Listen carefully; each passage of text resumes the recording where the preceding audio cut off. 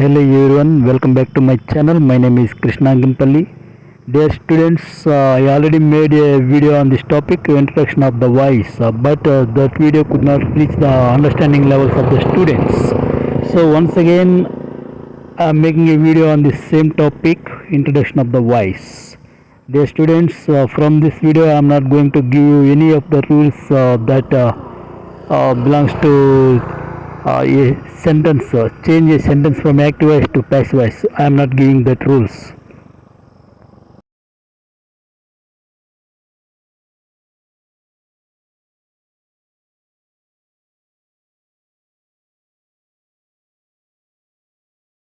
Dear students, I am not going to give you any rules about how to change a voice from active voice to passive voice.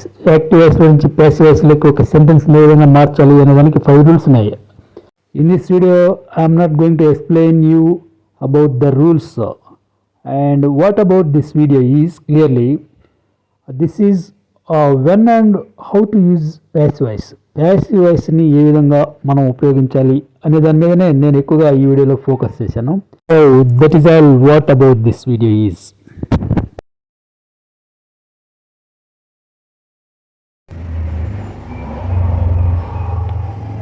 Dear students, today we are going to learn about active voice and passive voice.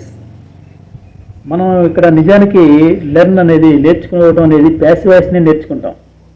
Active voice sentences అనేవి జనరల్గా English లాంగ్వేజ్తో పరిచయం ఉన్న వాళ్ళందరికీ active voice sentences తెలుసు. అంటే English లాంగ్వేజ్లో మనం మన డైలీ లైఫ్లో ఇంగ్లీష్ లాంగ్వేజ్ వాడుతున్నామంటే చాలా వరకు యాక్టివ్ వాయిస్లోనే మాట్లాడుతూ ఉంటాం.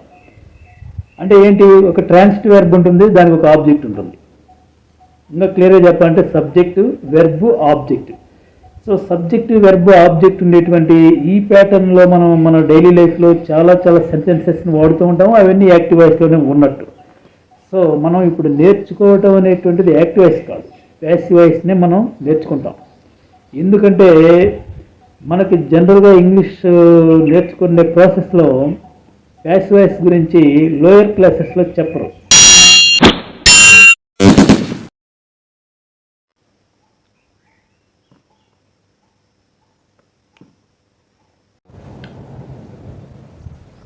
Hello everyone, my name is Krishna Gimpalli, and guys, what's up guys, how are you all? In this today's video I will give you a 15 minutes introduction of the grammar topic voice. I hope you all will like this video. So మనం voice గురించి చెప్పుకోవడం అనేది జరుగుతుంది ఈ వీడియోలో. Active voice, passive voice. మీకు అందరికీ active voice, passive voice అనే టాపిక్ గురించి హై స్కూల్ లెవెల్లో టచ్ ఉండే ఉంటుంది ఈ టాపిక్. సో దీని గురించి మరింత వివరంగా నేను ఈ వీడియోలో ఎక్స్ప్లెయిన్ చేస్తాను. Active voice and passive voice. Dear students, మనకి యాక్టివ్ వాయిస్, ప్యాసివ్ వాయిస్ అంటూనే వాయిస్ అనేటువంటి ఈ వర్డ్ మనం చూసినప్పుడు ఇది మన స్వరానికి, వాయిస్కి సంబంధించినటువంటి టాపిక్ అని మీరు అనుకోవడం దట్ ఇస్ నాట్ కరెక్ట్. ఇక్కడ ఇది మనం మాట్లాడేటువంటి ఈ వాయిస్కి సంబంధించింది కాదు. అంటే సెంటెన్స్ మీనింగ్ని బట్టి సెంటెన్స్కి ఒక వాయిస్ ఉంటుంది, దానికి సంబంధించింది. అంటే శబ్దానికి సంబంధించింది కాదు, అర్థానికి సంబంధించింది.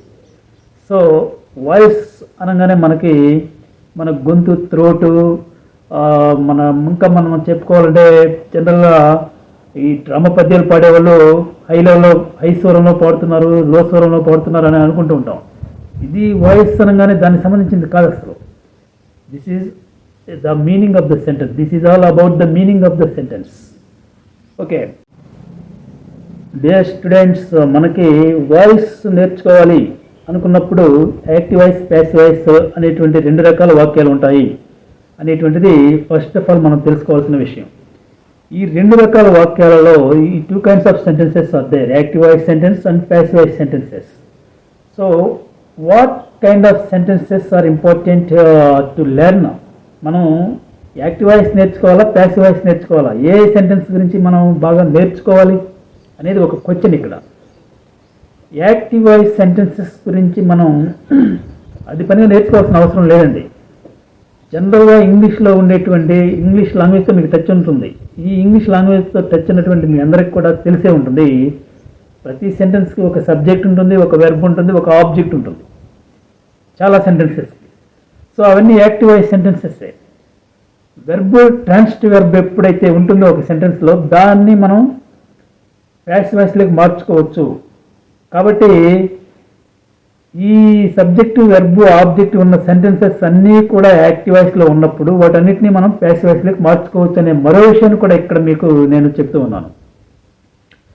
అంటే యాక్టివ్ వాయిస్లో ఉండేటువంటి సెంటెన్సెస్ అన్నీ ఇంగ్లీష్ వాక్యాలలో ఉండే అన్ని సెంటెన్సెస్ యాక్టివ్ వాయిస్లో ఉంటాయా? చూడండి, ఇంగ్లీష్ లాంగ్వేజ్లో సబ్జెక్టు వెర్బ్ ఆబ్జెక్టివ్ ఉన్నటువంటి అన్ని సెంటెన్సెస్ యాక్టివ్ వాయిస్లో ఉన్నట్టు మనం అనుకోవచ్చా అనేది ఒక క్వశ్చన్. అన్ని సెంటెన్సెస్ యాక్టివ్ వాయిస్లో ఉన్నాయి అని అనుకోవచ్చు ఎప్పుడంటే వెర్బ్ ట్రాన్సిటివ్ వెర్బ్ అయినప్పుడు, అంటే వెర్బ్కి ఒక ఆబ్జెక్ట్ ఉన్నప్పుడు. The boy kicked the ball, బాలుడు subject, kicked verb, ball object. బాలుడు తన్నెను, దేనిని తన్నెను? బంతిని తన్నెను. సో ఇక్కడ మనకి క్లియర్గా అర్థమయ్యేటువంటి విషయం ఈ వెర్బ్కి ఒక ఆబ్జెక్ట్ ఉంది అని. సో అలాంటి వాక్యాలను మనం ప్యాసివ్ వాయిస్లోకి మార్చుకోవచ్చు. ఎందుకని అంటే ప్యాసివ్ వాయిస్లో మనకి ఏదైతే ఆబ్జెక్ట్ ఉందో వెర్బ్కి, ఆ ఆబ్జెక్ట్ని ఫస్ట్ సబ్జెక్ట్గా చేసి చెప్పుకోవడం జరుగుతుంది ప్యాసివ్ వాయిస్లో. సో మనకి ప్యాసివ్ వాయిస్కి ఒక సబ్జెక్ట్ కావాలి అంటే యాక్టివ్ వాయిస్లో ఆబ్జెక్ట్ ఉండాలి. యాక్టివ్ వాయిస్లో ఆబ్జెక్ట్ ఉండాలి అంటే వెర్బ్ ట్రాన్సిటివ్ వెర్బ్ అయి ఉండాలి. అంటే the boy kicked the ball అన్నప్పుడు వెర్బ్ కిక్డ్ అనేది transitive verb. The boy never kicks అన్నప్పుడు ఆ బాలుడు ఎప్పుడు తన్నడు అన్నప్పుడు కిక్స్ అనేటువంటి వెర్బ్కి ఆబ్జెక్ట్ లేదు. కాబట్టి అది యాక్టివ్ వాయిస్లో ఉన్నదా అని మనం చెప్పుకోవచ్చా? యాక్టివ్ వాయిస్లో లేదనే చెప్పుకోవాలి. ఎందుకంటే మనం ఇక్కడ బాగా మీరు గమనించండి, మనం ఇప్పుడు ఒక ప్రత్యేకమైన టాపిక్ గురించి చెప్పుకుంటున్నాం. యాక్టివ్ వాయిస్ అని చెప్పుకుంటున్నాం, ఓకే, బాగానే ఉంది. మళ్ళీ ప్యాసివ్ వాయిస్ అని ఇంకొక సెంటెన్స్ గురించి కూడా చెప్పుకుంటున్నాం. కాబట్టి ఇప్పుడు మీకు యాక్టివ్ వాయిస్కి ప్యాసివ్ వాయిస్కి ఉండేటువంటి రిలేషన్ కొంత అర్థమై ఉంటుంది. ఓహో, ఇక్కడ ఏదో something is there, active voice అని అంటున్నాడు ఒక సెంటెన్స్ని అంటే సంథింగ్ ఈజ్ దేర్. మళ్ళీ ప్యాసివ్ వాయిస్ అంటున్నాడు ఇంకో సెంటెన్స్ని అంటే సంథింగ్ ఈజ్ దేర్. ఈ రెండు సెంటెన్స్ మధ్య ఏదో ఉంది అనేది మీకు ఒక విషయం అర్థమై ఉంటుంది. ఆ ఏదో ఉంది అనేది ఏంటి అంటే ఏదో కాదు, యాక్టివ్ వాయిస్లో ఉన్న సబ్జెక్ట్ ప్యాసివ్ వాయిస్లో ఆబ్జెక్ట్గా వస్తాడు, యాక్టివ్ వాయిస్లో ఉన్న ఆబ్జెక్ట్ ప్యాసివ్ వాయిస్లో సబ్జెక్ట్గా వస్తాడు.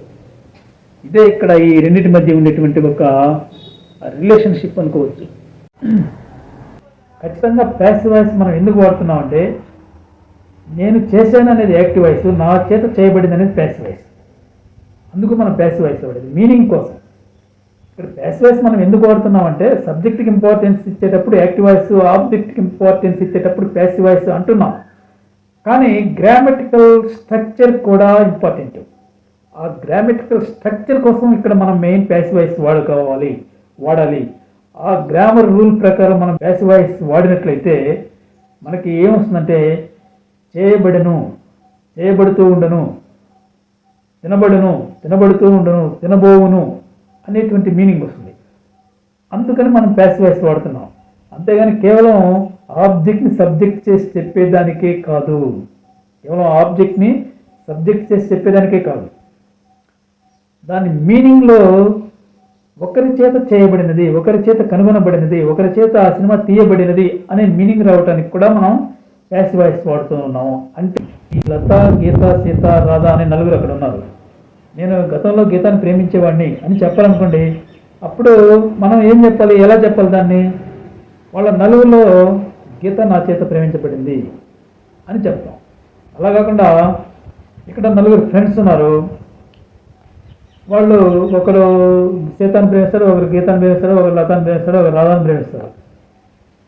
ఐ లైక్ రాధా అంటే నేను రాధాని లైక్ చేస్తాను అని చెప్పుకోవాలి. అంటే సబ్జెక్ట్ ఎవరు ఇక్కడ? నేను. So active voice passive voice అంటే ఇదే అనమాట. సబ్జెక్ట్కి ఇంపార్టెన్సా ఆబ్జెక్ట్కి ఇంపార్టెన్స్ అనేది మనం గమనించుకొని చెప్పుకోవడం ఒకటి. ప్రేమించబడింది, తినబడింది, కొట్టబడింది, చంపబడింది, ఇలాగా మనం బడింది అనే మీనింగ్లో చెప్పుకోవడానికి గ్రామర్ రూల్, ఈ రెండింటిని మనం మ్యాచ్ చేసుకుంటూ ప్యాసివ్ వాయిస్ మాట్లాడాలి. ప్యాసివ్ వాయిస్లో సబ్జెక్ట్ ఆబ్జెక్ట్గా రావడం, యాక్టివ్ వాయిస్లో ఉన్న ఆబ్జెక్ట్ సబ్జెక్ట్గా రావడం అంటే అంత తేడా ఉంటుందన్నమాట అని జనరల్గా చాలామంది చెప్తూ ఉంటారు. యాక్టివ్ వాయిస్ ప్యాసివ్ వాయిస్ గురించి చెప్పేవాళ్ళు సబ్జెక్ట్ ఇంపార్టెంట్ ఉంటే యాక్టివ్ వాయిస్, ఆబ్జెక్ట్ ఇంపార్టెన్స్ ఉంటే ప్యాసివ్ వాయిస్ అని చెప్పే క్రమంలో అది ఇటు ఇది అటు వస్తుంది కాబట్టి. కానీ దానికి మించింది ఒకటి ఉంది ఈ ప్యాసివ్ వాయిస్ని చెప్పుకోవడంలో. మనం గుర్తుపెట్టుకోవాల్సిన విషయం, ఎందుకు ప్యాసివ్ వాయిస్ వాడతాం అంటే కేవలం సబ్జెక్టు ఆబ్జెక్ట్గా వస్తుంది, ఆబ్జెక్ట్ని మెయిన్ ఇంపార్టెన్స్ ఇచ్చి సబ్జెక్ట్గా చెప్పాలంటే ప్యాసివ్ వాయిస్ వాడాలనేది కాకుండా, ఇప్పుడు నేను చేశాను, నా చేత చేయబడింది అనే డిఫరెన్స్ కూడా ప్యాసివ్ వాయిస్లో మనం చూడొచ్చు. చేయబడినది, చంపబడినది, కనుగొనబడినది, అలా బడును అనేటువంటి మీనింగ్ రావడానికి కూడా ప్యాసివ్ వాయిస్ని మనం వాడతాం. ఈ రెండు మనం గుర్తుపెట్టుకోవాలి. ఎందుకు ప్యాసివ్ వాయిస్ వాడతాం అంటే సబ్జెక్ట్కి ఏమైనా చేయబడింది అని చెప్పేటప్పుడు ప్యాసివ్ వాయిస్ వాడతాం. యాక్టివ్ వాయిస్లో సబ్జెక్ట్ యాక్ట్స్, సబ్జెక్ట్ అనేవాడు యాక్ట్స్ అంటే పని చేస్తాడు. ప్యాసివ్ వాయిస్లో something is done to the subject, subject కొంత చేయబడుతుంది ప్యాసివ్ వాయిస్లో. సో ఇదన్నమాట యాక్టివ్ వాయిస్కి ప్యాసివ్ వాయిస్కి ప్రధానమైన డిఫరెన్స్.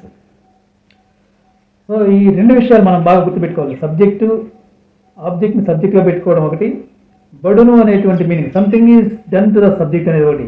ఈ రెండు విషయాలని మనం ప్యాసివ్ వాయిస్ ఎందుకు వాడుతున్నాం అనే దానికి మనం గుర్తుపెట్టుకోవాల్సిన విషయాలు.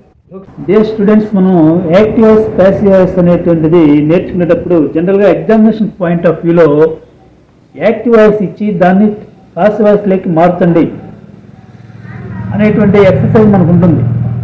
జనరల్గా మనకి ఎగ్జామినేషన్ పాయింట్ ఆఫ్ వ్యూలో తీసుకుంటే యాక్టివ్ వాయిస్ నుంచి ప్యాసివ్ వాయిస్లోకి సెంటెన్సెస్ని మార్చమని అడుగుతూ ఉంటారు. యాక్టివ్ వాయిస్లో ఉన్న సెంటెన్స్ని ప్యాసివ్ వాయిస్లోకి మార్చేటప్పుడు కొన్ని రూల్స్ ఉంటాయి. ఆ రూల్స్ ప్రకారం మనం మారుస్తూ ఉంటాం.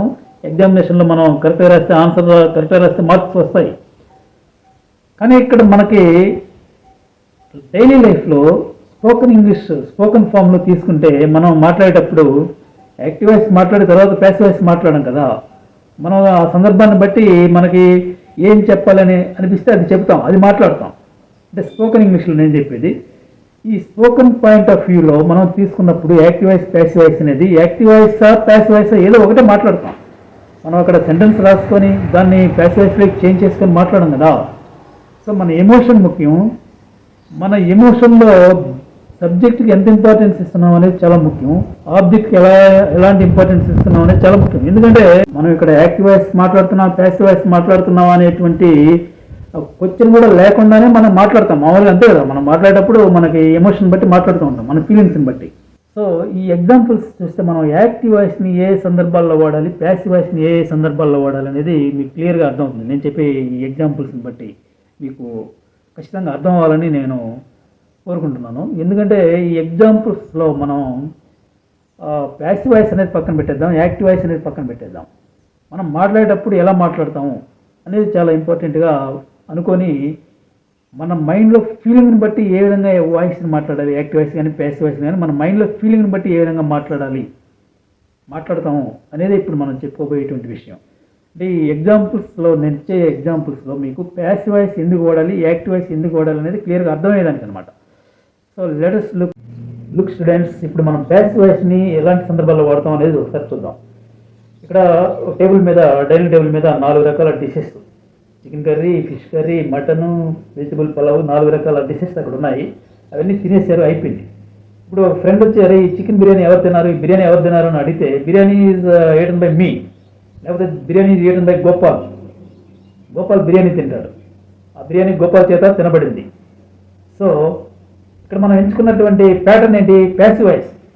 Biryani is eaten by Gopal biryani తింటాడు అనేది చెప్పాలనుకున్నప్పుడు అక్కడ బిర్యానీ ఎవరు తిన్నారు అనేది మనం చెప్పాలి. ఇప్పుడు ఫ్రెండ్ అడిగాడు ఇక్కడ ఉన్న బిర్యానీ ఎవరు తిన్నారు, ఈ 4 ప్లేట్లు ఉన్నాయి ఇక్కడ, కానీ బిర్యానీ ప్లేట్ ఎవరు తిన్నారు, biryani is eaten by Gopal, biryani తిన్నది గోపాల్.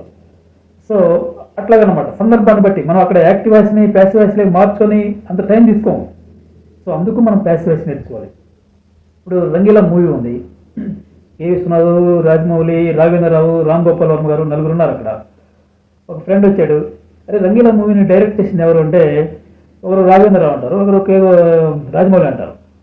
కానీ వెంటనే ఇంకొక అతను వచ్చి Rangeela was directed by Ram Gopal Varma అంటాడు. అంటే అక్కడ రంగీలా సినిమాని మనం ఫస్ట్ సబ్జెక్ట్గా తీసుకోవాలి. బిర్యానీని ఇందాక మనం ఫస్ట్ సబ్జెక్ట్ తీసుకున్నాం, ఇంత ముందు సెంటెన్స్లో బిర్యానీని సబ్జెక్ట్గా తీసుకున్నాం, గోపాల్ని ఆబ్జెక్ట్గా తీసుకున్నాం. ఇక్కడ అదేవిధంగా రంగీలా సినిమాని సబ్జెక్ట్గా తీసుకోవాలి. Rangeela is directed by Ram Gopal Varma. ఇంకో ఫ్రెండ్ వస్తాడు, శంకరాభరణం డైరెక్టర్ చేసింది రామ్ గోపాల్ వర్మ అనుకుంటాను అంటాడు. No, Sankarabharanam was directed by K Viswanath అంటాం. సో ఇలాంటి సందర్భాల్లో మనం ప్యాసివ్ వాయిస్ని వాడతాం. ప్యాసివ్ వాయిస్ని వాడేటప్పుడు యాక్టివ్ వాయిస్ సెంటెన్స్ కన్నా కూడా ప్యాసివ్ వాయిస్ సెంటెన్స్ కొంచెం మీనింగ్ స్ట్రాంగ్గా ఉంటుంది, కొంచెం ప్రత్యేకత ఉంటుంది. ఇంకా మనం చూస్తే ఇంకా ప్యాసివ్ వాయిస్కి సో మెనీ ఎగ్జాంపుల్స్ మనం చెప్పుకోవచ్చు. ఎలాంటి సందర్భాల్లో ప్యాసివ్ వాయిస్ని మనం వాడుతాము అనుకున్నప్పుడు చూడండి, ఇక్కడ చింతకాయ తొక్కు పచ్చడి ఉంది, అదేవిధంగా నిమ్మకాయ పచ్చడి, 2 పచ్చళ్ళు ఉన్నాయి. అరే ఇక్కడ ఈ చింతకాయ పచ్చడి ఎవరు తిన్నారు అని అడుగుతారు. అప్పుడు మనం చెప్పుకోవచ్చు, ఈ tamarind leaves chutney eaten by Hasini. Tamarind chutney is eaten by Hasini. Hasini తింటుంది, ఈ టామరిన్ చట్నీ అనేది హాసిని తింటుంది.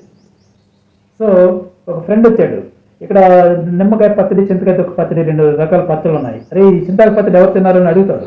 అప్పుడు ఈ టామరిన్ పచ్చడిని హాసిని తిని ఉంటుంది. So tamarind chutney is eaten by Hasini. Okay, అంతకుముందే తిన్నది కాబట్టి అప్పుడే దాన్ని ప్రజెంట్ పర్ఫెక్ట్లో కూడా చెప్పుకోవచ్చు. This chutney, tamarind chutney has been eaten by Hasini. This lime chutney has been eaten by Nagasahiti. ఇలాగ మనం ప్యాసివ్ వాయిస్ని ఎంత ర్యాండమ్గా వాడతామో చూడండి, ఎలాంటి సందర్భాల్లో వాడతాం అనేది. ఇంకా మనం చెప్పుకుంటే మనకి చాలా పాపులర్, బాగా ఇంపార్టెంట్ అయినటువంటి విషయాలు కొన్ని ఉంటాయి. వాటన్నిటిని కూడా మనం ప్యాసివ్ వాయిస్లోనే చెప్పుకుంటాం. చూడండి, telephone was invented by Graham Bell. దాన్ని ప్యాసివ్ వాయిస్లోనే చెప్పుకోవాలి. Graham Bell invented telephone. Graham Bell invented telephone అనేది ఒక సందర్భం. అక్కడ 4 స్టూడెంట్స్ కూర్చొని ఉన్నారు. Alexander Fleming, Graham Bell, Archimedes, Socrates వీళ్ళ గురించి మాట్లాడుకుంటూ ఉన్నారు. అప్పుడు ఒకడు అంటాడు, Graham Bell invented cell phone అని. No, Graham Bell invented telephone అంటాం. కానీ ఇంకో సందర్భంలో మనం మాట్లాడుకుంటున్నప్పుడు, అరే పెన్సిలిన్ కనుక్కున్నది గ్రహం బెల్ కదా అంటాడు ఒకడు. అవును, పెన్సిలిన్ కనుక్కున్నది Graham Bell. Penicillin was invented by Graham Bell అంటాడు. No, penicillin was invented by Alexander Fleming అని చెప్పాలి. అంటే ఇక్కడ మనం ఏ సెంటెన్స్ వాడాము? ప్యాసివ్ వాయిస్ వాడాము. అదేవిధంగా అరే అమెరికాని కనుక్కున్నది సోక్రటీస్ అంటాడు ఒకడు. అరే America was discovered by Columbus అన్నది. So America was discovered by Columbus. Penicillin was invented by Alexander Fleming. ఇలాంటి సైంటిస్టుల గురించి మనం చెప్పుకున్నప్పుడు వాళ్ళు కనుక్కున్న వస్తువులు ఇక్కడ ఇంపార్టెంట్ కాబట్టి కనుక్కున్న వాళ్ళు తర్వాత వస్తారు. కనుక్కొనబడినటువంటి, ఇన్వెంట్ చేయబడినటువంటి, డిస్కవర్ చేయబడినటువంటి విషయం ఫస్ట్ వస్తుంది ఇలాంటి సందర్భాలు. సో సందర్భాన్ని బట్టి మనం యాక్టివ్ వాయిస్ వాడాలా, ప్యాసివ్ వాయిస్ వాడాలనేది చాలా ఇంపార్టెంట్. ఇప్పుడు మనం చూడండి, 6 terrorists were killed by soldiers, Indian soldiers. ఒక 6 మంది టెర్రరిస్టు భారతీయ సైన్యం చేత చంపబడ్డారు. ఇది ఎలాంటి సందర్భం అంటే, టెర్రరిస్టులు మామూలుగా సోల్జర్స్ చంపుతుంటారు కాబట్టి సోల్జర్స్కి అంత ఇంపార్టెంట్ కాదు, టెర్రరిస్టులు ఇంపార్టెంట్ అనుకున్నప్పుడు మనం 6 terrorists were killed by Indian soldiers అని చెప్పాలి. Aurangzeb was killed by Shivaji. Shivaji killed Aurangzeb అనేది ఒక సెంటెన్స్, ఒక కైండ్ ఆఫ్ సందర్భం. అది కొన్నిసార్లు వాడతాం. శివాజీ అక్బర్ని చంపాడా, లేదంటే ఔరంగజేబ్ని చంపాడా, లేదంటే ఇంకొకరిని చంపాడా అనేది తీసుకున్నప్పుడు శివాజీ కిల్డ్ ఔరంగజేబ్ అంటాం. అలా కాకుండా ఔరంగజేబ్ని శివాజీ చంపాడా, లేకపోతే రాణా ప్రతాప్ సింగ్ చంపాడా అనుకున్నప్పుడు Aurangzeb was killed by Shivaji అంటాం. సో సందర్భాన్ని బట్టి మనం ప్యాసివ్ వాయిస్ని ఎంచుకోవడం జరుగుతుంది. సో డియర్ స్టూడెంట్స్, ఈ వీడియోలో నేను మీకు యాక్టివ్ వాయిస్, ప్యాసివ్ వాయిస్ గురించి నేను చెప్పినటువంటి ఈ ఎగ్జాంపుల్స్ వల్ల మీకు what is active voice, what is passive voice అనేది క్లియర్గా అర్థమైంది అనుకుంటాను. చూడండి, ఫర్ ఎగ్జాంపుల్ సైంధవుడు ఉన్నాడు. సైంధవుడిని చంపింది ఎవరు? అర్జునుడు. ఇప్పుడు సైంధవుడిని చంపింది ధర్మరాజు అంటాడు ఒక ఫ్రెండ్ వచ్చి. నో, సైంధవ వాజ్ కిల్డ్ బై అర్జున అంటాం. ఎందుకంటే సైంధవుడిని నేనే చంపుతానని, సూర్యాస్తమయంలో చంపుతానని అర్జునుడు ప్రతిజ్ఞ చేస్తాడు, ప్రామిస్ చేస్తాడు. సో ఖచ్చితంగా సైంధవుడిని చంపింది అర్జునుడు అనేది మనకు తెలుసు. కాబట్టి Saindhava was killed by Arjuna, not Duryodhana, not Dharmaraja, not Bhima. Saindhava was killed by Arjuna అని మనం ఖచ్చితంగా ప్యాసివ్ వాయిస్లోనే దాన్ని చెప్పాలి. సో ఇది ఫ్రెండ్స్, ఎలాంటి సందర్భాల్లో మనం ప్యాసివ్ వాయిస్ వాడతాం అనే దానికి. యోగ స్టూడెంట్స్, ఈరోజు మనం యాక్టివ్ వాయిస్, ప్యాసివ్ వాయిస్ గురించి మీకు బాగా క్లియర్గా అర్థమయ్యేదానికి ఇప్పుడు యూట్యూబ్లో మనకి రకరకాల ప్రయత్నాలన్నీ చేస్తుంటారు ట్యూటర్స్ అండ్ టీచర్స్. ఎవరి ప్రయత్నం వాళ్ళదే. ప్రతి ఒక్కరి ప్రయత్నం, ప్రతి ఒక్కరి తాపత్రయం కూడా మీకు అర్థమయ్యేలా టాపిక్ని మీకు మరింత చేరువగా తీసుకొని రావాలి అనేటువంటి తాపత్రయమే. సో నా ప్రయత్నం నేను చేస్తున్నాను ఈ వీడియోలో. మీకు యాక్టివ్ వాయిస్, ప్యాసివ్ వాయిస్ గురించి తెలియాలనేటువంటి ఒక తాపత్రయంతో. రామ లవ్స్ సీత అన్న. రాముడు సీతని ప్రేమిస్తాడు. Sita is loved by Rama. Sita రాముడి చేత ప్రేమించబడిన. దీంట్లో సబ్జెక్టు ఆబ్జెక్ట్ వచ్చింది. రామ లవ్స్ సీత అన్నప్పుడు సీత అనేటువంటి ఆబ్జెక్ట్ ప్యాసివ్ వాయిస్లో స్టార్టింగ్లో బిగినింగ్లో వచ్చింది. Sita is loved by Rama అంటే ఇక్కడ సీత రాముడి చేత ప్రేమించబడింది అన్నంత మాత్రాన మనకి ఫస్ట్ వాక్యంలో ఫస్ట్ సెంటెన్స్లో ఉన్న మీనింగ్ ఏం చేంజ్ కాల. Meaning never changes.